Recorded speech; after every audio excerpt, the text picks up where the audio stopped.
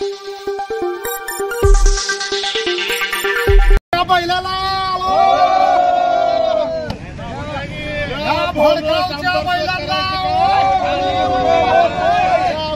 आमदारांचं करायचं का?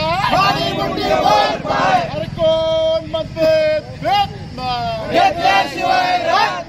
आदिवासी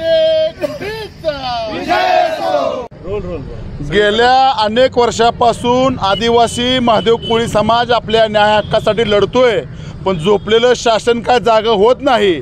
आम्ही लोकसभेला ह्यांचे उमेदवार पूर्ण भुईसपाट केले आणि येणाऱ्या काळामध्ये आमचं काम नाही झालं तर विधानसभेला सुद्धा ह्या सरकारचा भुईसपाट करणार आहे। नुकतंच आमची महाराष्ट्राचे मुख्यमंत्री यांच्यासोबत मीटिंग होती। आदिवासी आमदारांच्या दबावामुळे ती मीटिंग कॅन्सल झाली। लवकरात लवकर कॅन्सल केलेली मीटिंग महाराष्ट्राच्या मुख्यमंत्र्यांनी लावावी, अन्यथा महाराष्ट्राच्या मुख्यमंत्र्याला विठ्ठलाची महापूजा करू देणार नाही। आणि समजा महाराष्ट्राचे मुख्यमंत्री पूजेला आले तर कायदा सुव्यवस्था काय बिघडली तर ह्याची सगळी जबाबदारी सरकारची राहील। कारण हे 25 आमदार आम्हाला बोगस मानणारे कोण? मुळात हेच बोगस आहेत। ह्यांना कुणी अधिकार दिला? हे का हायकोर्ट आहे का राष्ट्रपती आहेत?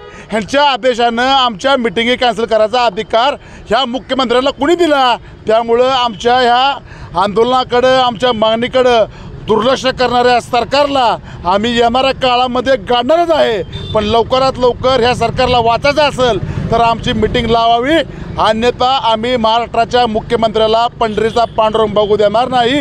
जय हिंद, जय वाल्मिकी, जय राघव। स्वरूपाचं आंदोलन होतं, कोणाकोणाच्या पुतळ्याला तुम्ही जोडीमार केलेली, हे आमदार कोण आहेत काय?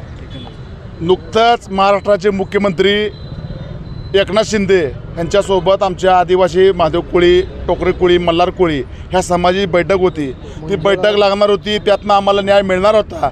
न्याय मिळणार त्याच्या आतच सर्व आदिवासी आमदार गोळा झाले आणि महाराष्ट्राच्या मुख्यमंत्र्याला भेटून ती मीटिंग कॅन्सल केली।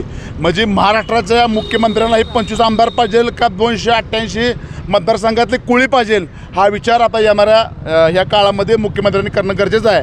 त्यामुळं ह्यांनी कोण ठरणार आम्ही आदिवासी आहे का बोगस आहे? मुळात हेच बोगस आहेत। आमच्या सगळ्या नोंदी महादेव कोळी आहेत, त्यांच्या नोंदी कोळी आहेत, त्यांना आदिवासी दाखला मिळतो आणि आमच्या महादेव कोळी नोंदी असून आम्हाला दाखला मिळत नाही। काय आंदोलन केलं? आम्ही त्यांच्या प्रतिकात्मक पोस्टरला जोडं मारले, त्यांना आम्ही शिव्या दिल्या, त्यांच्या पुतळ्यावर नाचलो। येणाऱ्या काळामध्ये त्यांचे डोळे लवकरात लवकर नाही उघडले तर त्यांचे मतदारसंघ जे फिरते आहेत त्याचं आरक्षण तर आम्ही घालून दाखवूच।